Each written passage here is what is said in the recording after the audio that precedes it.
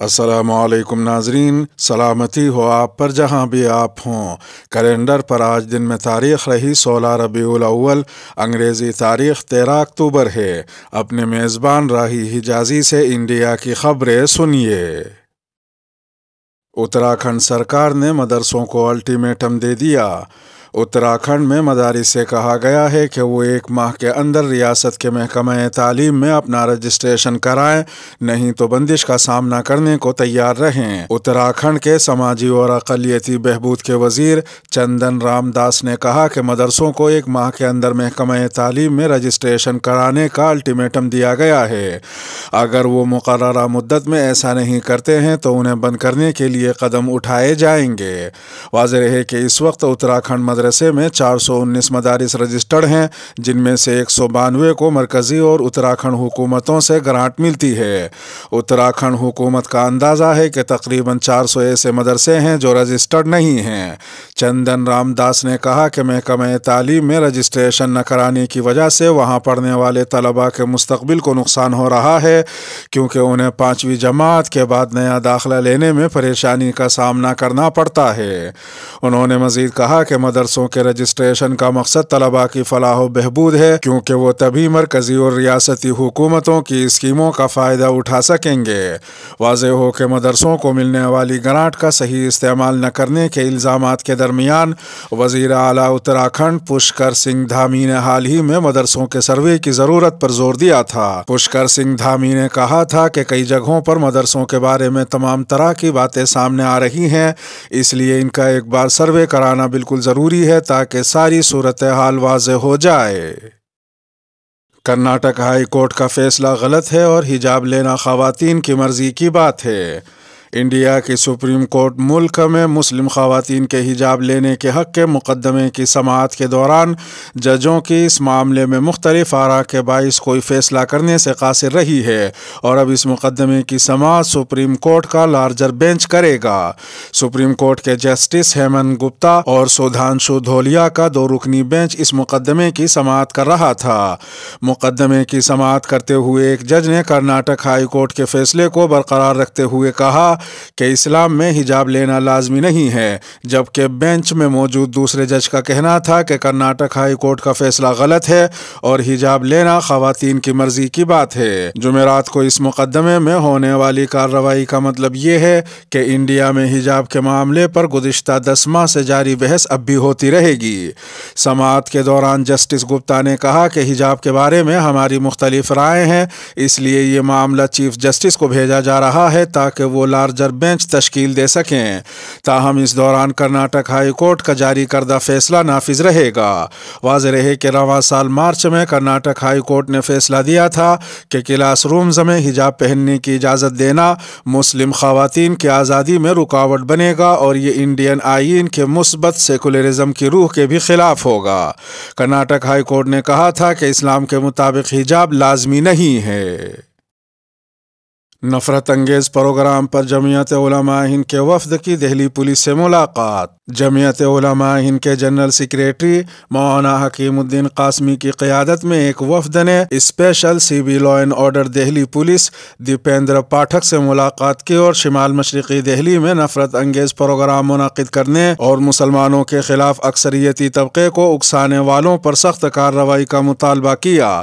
جمعیت کے وفد نے پولیس کمشنر سے مطالبہ کیا کہ مسلمانوں کو مٹانے اور ان کا اقتصادی بائیکاٹ کرنے والوں کے خلاف نامزد FIR درج کی جائے۔ جمعیت کے وفد نے مزید کہا کہ اب تک جو کچھ بھی کارروائی عمل میں آئی ہے وہ تشفی بخش نہیں ہے۔ یہ ملک میں لا اینڈ آرڈر پر لوگوں کے اعتماد کا بھی مسئلہ ہے۔ یہ تبھی قائم ہوگا جب چاہے کوئی MP ہو یا MLA، اگر اس نے ملک کی سالمیت اور وقار کو چیلنج کیا ہے تو اس کے خلاف بلا تفریق کارروائی کی جائے اور آئین و قانون کی بالادستی کو مستحکم کیا جائے۔ جمعیت کے وفد نے مزید کہا کہ دوسری طرف ملک کی اقلیت کے سلسلے میں پولیس کے کردار کا بھی مسئلہ ہے۔ دہلی ملک کی راجدھانی ہے، اگر ایسی حساس جگہ پر کسی ایک مخصوص کمیونٹی کو مارنے، کاٹنے اور بائیکاٹ کا اعلان کیا جائے اور پولیس کی چوکسی ظاہر نہ ہو تو اس کا اثر بین الاقوامی سطح پر بھی پڑتا ہے۔ جمعیت کے وفد کا یہ بھی کہنا تھا کہ جمعیت علماء ہند جو پورے ملک میں امن و امان قائم کرنے کے لیے 1000 سے زائد سدبھاونا سنسد کر رہی ہے وہ اس کو ہرگز قبول نہیں کر سکتی کہ ملک کی نیک نامی متاثر ہو اور ملک انارکی کی راہ پر چلا جائے۔ دوسری جانب پولیس کمشنر نے ساری باتیں غور سے سننے کے بعد کہا کہ ان کا محکمہ اس سلسلے میں مختلف پہلوؤں سے جانچ کر رہا ہے اور اس سلسلے میں ہماری ایک میٹنگ بھی ہو رہی ہے۔ پولیس کمشنر نے مزید کہا کہ کسی بھی شخص کو قانون سے آگے بڑھنے یا نفرت پھیلانے کی صورت میں چھوڑا نہیں جائے گا۔ جہاں تک نامزد FIR کی بات ہے تو ہم ویڈیو کی فورینسک جانچ کر رہے ہیں، ہم اس سلسلے میں بھی قدم اٹھائیں گے۔ 10 سال پہلے آدھار کارڈ بنوانے والے لوگ اپنی تفصیلات اپڈیٹ کرائیں۔ Unique identification authority of India یعنی UIDAI نے ان لوگوں سے اپنے دستاویزوں اور معلومات کو اپڈیٹ کرانے کی اپیل کی ہے جنہوں نے 10 سال پہلے اپنا آدھار کارڈ بنوایا تھا اور اس کے بعد کبھی اپڈیٹ نہیں کرایا۔ UIDAI نے دارالحکومت دہلی میں جاری کردہ ایک بیان میں یہ اپیل کی ہے۔ UIDAI نے کہا جن لوگوں نے اپنا آدھار کارڈ 10 سال پہلے بنوایا تھا اور اس کے بعد ان سالوں میں کبھی اپڈیٹ نہیں کروایا، ایسے آدھار نمبر رکھنے والوں سے درخواست کی جاتی ہے کہ وہ دستاویز کو اپڈیٹ کروا لیں۔ اپیل میں مزید کہا گیا کہ UIDAI نے اس سلسلے میں آدھار ہولڈرز کو مقررہ فیس کے ساتھ دستاویز اپڈیٹ کرنے کی سہولت فراہم کی ہے اور آدھار ہولڈر آدھار ڈیٹا میں شخصی شناختی ثبوت اور ایڈریس پروف سے متعلق دستاویز کو اپڈیٹ کر سکتا ہے۔ یہ سہولت آن لائن بھی حاصل کی جا سکتی ہے۔ بیان میں یہ بھی کہا گیا کہ ان 10 سالوں کے دوران آدھار نمبر کسی فرد کی شناخت کے ثبوت کے طور پر سامنے آیا ہے اور مختلف سرکاری اسکیموں اور خدمات کو حاصل کرنے کے لیے آدھار نمبر کا استعمال کیا جا رہا ہے۔ ان اسکیموں اور خدمات سے فائدہ اٹھانے کے لیے لوگوں کو تازہ ترین ذاتی تفصیلات کے ساتھ آدھار ڈیٹا کو اپڈیٹ رکھنا ہوگا تاکہ آدھار کی تصدیق میں کوئی پریشانی نہ ہو۔ عبادت گاہ ایکٹ کے خلاف داخل عرضی پر سپریم کورٹ نے مرکز کو بھیجا نوٹس۔ سپریم کورٹ نے بدھ کے روز مرکزی حکومت سے عبادت گاہ ایکٹ 1991 کے کچھ پہلوؤں کی حیثیت کو چیلنج دینے والی عرضیوں پر واضح رخ پیش کرنے کو کہا ہے۔ ساتھ ہی مرکزی حکومت کی نمائندگی کر رہے سالیسیٹر جنرل تشار مہتا سے پوچھا کہ اس معاملے میں جواب داخل کرنے میں حکومت کو کتنا وقت لگے گا۔ عرضی دہندگان میں سے ایک کی نمائندگی کرنے والے سینئر وکیل راکیش دویدی نے سماعت کے دوران کہا کہ یہ قانون بغیر بحث کے پاس کیا گیا تھا اور اس معاملے میں قومی اہمیت کے سوال شامل تھے۔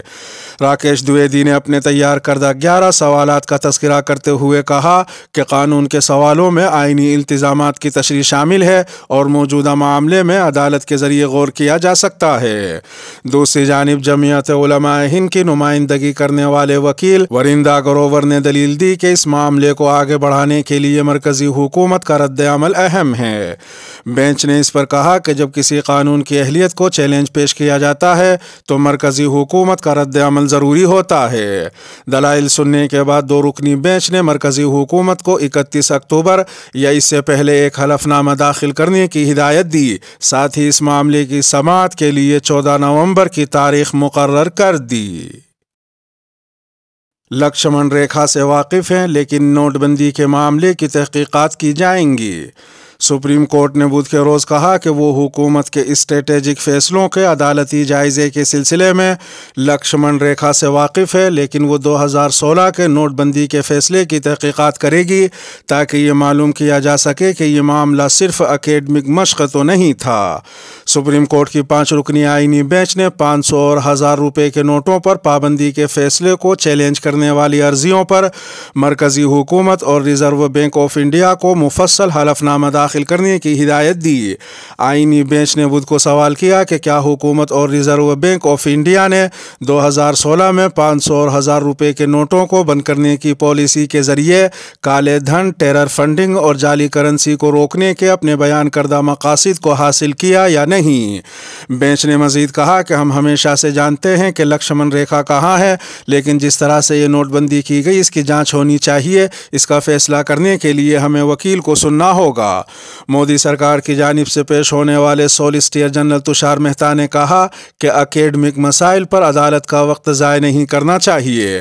جنرل تشار مہتا کی اس دلیل پر اعتراض کرتے ہوئے سینئر وکیل شیام دیوان نے کہا کہ وہ آئینی بینچ کے وقت کی بربادی جیسے الفاظ سن کر حیران ہیں۔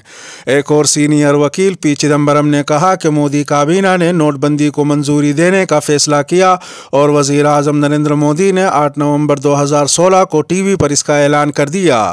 پی چدمبرم نے عدالت میں پوچھا کہ کیا 24 گھنٹے کے اندر 86% کرنسی کو رد کرنے کا فیصلہ لینا اور اس سے متعلق دستاویزات کو عام نہ کرنا ایک منصفانہ اور دانشمندانہ عمل تھا۔ سپریم کورٹ نے نوٹ بندی کے اس کیس کی اگلی سماعت کے لیے 9 نومبر کی تاریخ مقرر کی ہے۔